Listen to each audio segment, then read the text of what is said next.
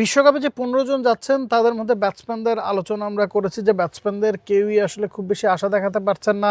BPL যেটা বিশ্বকাপের প্রস্তুতির মঞ্চ, সেখানে ব্যাটসম্যানরা নিরাশ করলেও বোলারদের বেশিরভাগই কিন্তু দারুণ ডমিনেন্ট ফর্মে আছেন। আমরা বলছিলাম যে 15 জনের স্কোয়াডে 8 জন বোলার আছে, তাদের মধ্যে 3 জন আছেন স্পেশালিস্ট পেসার, তাদের মধ্যে 2 জন এবারের বিপিএল এখন পর্যন্ত শীর্ষ উইকেট তালিকার একেবারে শীর্ষে আছেন। শরীফুল ইসলাম 7 ম্যাচ খেলেছেন, তার নামের পাশে 13টা উইকেট, ইকোনমি 6.92। একজন পেসার হিসেবে সিলেটে যখন খেলা হচ্ছে আউটস্ট্যান্ডিং বললেও আসলে কম বলা হয়। অ্যাবসলিউটলি, শরীফুল যেভাবে করে বল করে চলেছেন বোঝা যাচ্ছে তিনি ডিজার্ভিং একজন ক্যাম্পেইনার। টি-20 বিশ্বকাপের স্কোয়াডে তার চান্স পাওয়াটা অবধারিতই ছিল। তার সঙ্গে মুস্তাফিজের নামটাও বলতে হচ্ছে, ওয়ার্ল্ড ক্লাস পেসার, তাকে নিয়ে অনেক আলোচনা সমালোচনা, অনেক কাটাছেঁড়া হলো, আইপিএলে যাবেন কি যাবেন না সবকিছু ছাপিয়ে মাঠের খেলায় তিনি দুর্দান্ত পারফর্ম করছেন। 6টা ম্যাচে 12টা উইকেট পেয়েছেন, 12 তার গড়, এবং ইকোনমিটাও 7-এর নিচে, 6.52। ইনফ্যাক্ট টি-20 ফরম্যাটে এটা অ্যাট এনি ডে খুব ইমপ্রেসিভ। কারণ সিলেটের মাঠটা কিন্তু মিরপুরের মাঠের মতো নয়, এবার কিন্তু যথেষ্ট রান হচ্ছে। এমন জায়গায় মুস্তাফিজুর রহমান এইভাবে ডেলিভার করছেন, এবং ডেথ ওভারের স্পেশালিস্ট তিনি।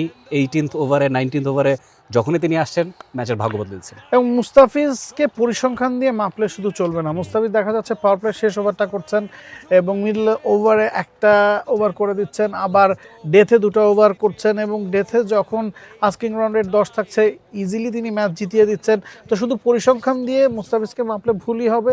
মুস্তাফিজ টপ ফর্মে আছেন এবং বাইরের কোনো কিছু যে তাকে খুব বেশি টাচ করছে না সেটা কিন্তু তিনি মাঠে একের পর এক ম্যাচেই আসলে প্রমাণ করে যাচ্ছেন। তবে একই কথা আবার তাসকিনের ক্ষেত্রে খাটছে না। তাসকিন শুরুর দিকে 2-1টা ম্যাচ মিস করেছেন, আইএল টি-20 খেলছিলেন, সেখান থেকে এসে 2-1টা ম্যাচ তিনি মিস করেছেন, সিলেট একটু পরে যোগ দিয়েছেন এবং তার পারফরমেন্সও সেই প্রভাবটা পড়ছে। 5টা ম্যাচ খেলেছেন এখন পর্যন্ত, 3টা উইকেট নামের পাশে, তবে ইকোনমিটা 9.77, যেটা একটা কনসার্নের জায়গা। অ্যাবসলিউটলি, তাসকিন আহমেদ বহু বছর ধরে বাংলাদেশকে ডেলিভার করছেন, এবং গেল 2-3 বছরেও কিন্তু তার পারফরমেন্স তার পক্ষে কথা বলবে। এবং আগের বারের বিপিএলেও তিনি লিডিং উইকেট টেকারদের মধ্যে ছিলেন, একটা ম্যাচে 7 উইকেট নিয়েছিলেন। এবারের বিপিএলে তার পারফরমেন্সটা মোটামুটি সাদামাটাই বলা যায়, যেটা বলছিলেন 10-এর কাছাকাছি ইকোনমির একটাই সবচেয়ে বড় কনসার্ন। উইকেট পাচ্ছেন না, পেসারদের হতেই পারে সেটা, এবং বাকি যে ম্যাচ আছে সেখানে হয়তো তিনি উইকেট পেতেও পারেন। ঢাকা পর্বে তিনি সবসময়ই বিপিএলে ভালো করে থাকেন, এবারেও হয়তো সেটার অপেক্ষায় তিনি আছেন। কিন্তু জাতীয় দলের স্ট্রাইক পেসার হিসেবে, সবচেয়ে এক্সপিরিয়েন্সড ক্যাম্পেইনার হিসেবে, যাকে আপনি হয়তো বা ইনিংস শুরুও করাতে চাবেন যাকে দিয়ে, তার এমন পারফরমেন্স খানিকটা ভাবনার তো বটেই। এবং ঢাকা 6টা ম্যাচ খেলেছেন, তার মধ্যে তাসকিন 5টা ম্যাচ খেলেছেন, তো আরো 4টা ম্যাচ বাকি আছে নিজের রিদমটা ফিরে পাওয়ার জন্য, এবং আইএল টি-20তে কিন্তু তিনি ভালো করেই এসেছেন। 2 জন পেস বোলিং অলরাউন্ডার আছে দলটাতে, তানজিম সাকিব এবং সাইফুদ্দিন। তানজিম সাকিব এখন পর্যন্ত 6 ম্যাচে 6টা উইকেট পেয়েছেন, তার ইকোনমিটা 8.5-এর কাছাকাছি। তার পারফরমেন্স কেমন লাগছে? এবং রাজশাহীর হয়ে দেখা যাচ্ছে তিনি মূল স্ট্রাইক বোলারের রোলটাই প্লে করছেন, শুরুতে বল করছেন, শেষেও বল করছেন। তানজিম সাকিবকে পেসার বলার ব্যাপারটা ইদানিং ঘটছে, আগে থেকেই তাকে আপনি আসলে আন্ডার 19-এ যখন তিনি খেলেছেন তখন থেকে তিনি তো ব্যাটার ছিলেন না, বাট তার ব্যাটিং ক্যাপাবিলিটিটা খুব ইমপ্রেসিভ। আপনি যখন একটা টাইট রান চেস করবেন 17 ওভার 18 ওভার, সেই সময় হয়তো বা তানজিম সাকিবের 1-2টা ইনিংস ইফেক্টিভ হতেও পারে। সেম অ্যাপ্লাইজ ফর সাইফুদ্দিন, কিন্তু বল হাতে তিনিও খুব একটা ইমপ্রেসিভ কিছু করতে পারছেন না। 6টা ম্যাচে 4 উইকেট পেয়েছেন, তার ইকোনমি রেটটাও 8-এর উপরে। সেই জায়গাটায় হয়তোবা তিনি আরেকটু ভাবনার জায়গা তার আছে, আরেকটু বেটার পারফরমেন্স তিনি হয়তো করতে চাইবেন। ন্যাশনাল টিমের ডাক পেয়েছেন অনেকদিন পরে, ওয়ার্ল্ড কাপের মতো জায়গায় তিনি নিজেকে মেলে ধরতে চাইবেন, কিন্তু যে অবস্থা তার এই মুহূর্তে আছে হয়তোবা নিজেও খানিকটা ভাবনায় আছেন। স্পিনারদের কথা একটু আসতে চাই। স্পিনাররা বরাবরই বিপিএলে ভালো করেন, স্পিনাররা বরাবরই শীর্ষ উইকেট তালিকাদের শীর্ষেই থাকেন। নাসুম এখন পর্যন্ত 8টা ম্যাচ খেলেছেন, নামের পাশে তার 9টা উইকেট, এবং এক ম্যাচে তিনি 5 উইকেট পেয়েছিলেন 7 রান খরচ করে। সেই ম্যাচটাতেই মূলত বেশিরভাগ উইকেট পেয়েছেন। বাকি হিসাব যদি আপনি করেন, বাকি 7 ম্যাচে তার 4 উইকেট। তবে ইকোনমিটা আউটস্ট্যান্ডিং, ইকোনমি নাসুমেরও 7-এর কম, এবং শেখ মাহেদি তার ইকোনমিটাও 7-এর কম। শেখ মেহেদিও এখন পর্যন্ত ভালো পারফরমেন্স করেছেন, সম্ভবত 7 ম্যাচে 7টা উইকেট তিনি পেয়েছেন। তো একজনের 8 ম্যাচে 9 উইকেট, একজনের 7 ম্যাচে 7 উইকেট, এবং 2 স্পিনারের ইকোনমি 7-এর কম। শেখ মেহেদির কথা, ব্যাটিং এর কথাও বলতে হয়, তিনি কিন্তু ব্যাট হাতে যথেষ্ট কেপেবল, এবং শেষ 2টো ম্যাচে তিনি কিন্তু দুর্দান্ত ব্যাট করেছেন।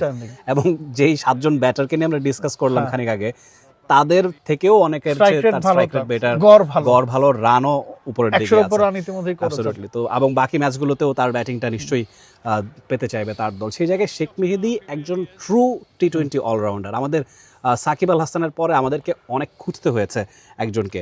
শেখ মেহেদী সেই জায়গাটা টি-20তে ফিল আপ করেছেন এবং বিশ্বকাপে তিনি নিশ্চয়ই এই ধারাবাহিকতা বজায় রাখতে চাইবেন।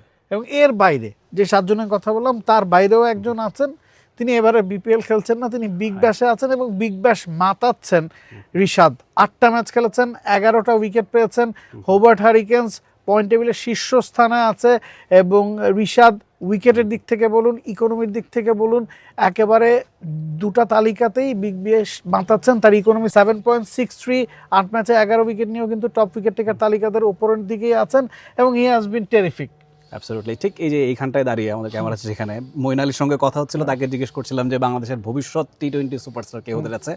অকপটে তিনি কিন্তু রিশাদ হোসেনের নাম বলেছেন, আরও বেশ কটা নাম বলেছেন, বাট রিশাদের ক্যালিবার কোথায় সেটা তিনি বিশ্বমঞ্চে জানান দিয়ে দিয়েছেন। রিকি পন্টিং, ব্রেটলি তারা যখন রিশাদের ভূয়সী প্রশংসা করেন তখন বুঝে নিতে হবে যে আসলে বিশ্বকাপে রিশাদের দিকে কাছ থেকে বাংলাদেশের টিম ম্যানেজমেন্ট বলুন, তার টিমমেটরা বলুন, সাংবাদিকরা বলুন, দর্শক বলুন, সবারই অনেক প্রত্যাশা আছে।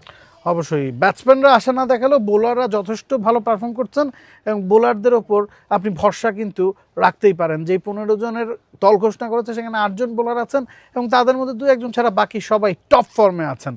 For more updates, subscribe to our YouTube channel and click on the bell icon. Follow us on Facebook and Instagram. Download T-Sports app to enjoy exciting games and highlights. Visit tsports.com.